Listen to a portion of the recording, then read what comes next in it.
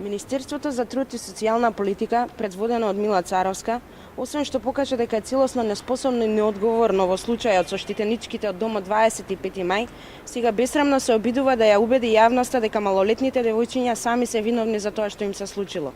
Имено, скандалот да биде поголем, вчера од Министерството за труд и социјална политика изјавија дека во домот за деца со социјално-воспитни проблеми 25 мај нема злоставување или сексуална експлоатација, туку штитеничките своеволно забремениле. Крајно бесрамно и лицемерно. Очигледно Мила Царовска нема намера да преземе одговорност за скандалите кои го тресат домот и министерството што го води. На несреќа на штитеничките, скандалите се множат, а Царовска нема никаква контрола, ниту ја интересира катастрофалната состојба во министерството. Најпрвен се откри дека 13-годишно девојче кое било сексуално злоставувано останало бремено, а потоа и абортирало.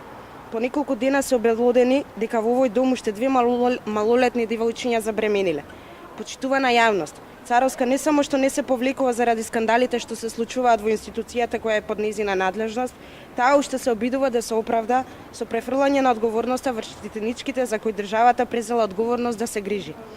После изјавата на министерот за здравство Филипче, кој што ги обвини бремените жени дека се виновни за смртноста на бебињата, сега и министерката Царовска се правда преку штитениците. Ова е скандал од невидени размери. Царовска треба веднаш да поднесе неотповиклива оставка од морални и политички причини. Се работи за физичко и психичко здравје на деца штитеници во установата која е презала обврска да се грижи за нивното воспитување и здравје. Институција во ресорот на Мила Царовска. Ова покажува дека системот за социјална грижа во државата е доведен во прашање како резултат на неодговорноста, негрижата и неработењето на раководните кадри именувани од СДСМ. Ви благодарам.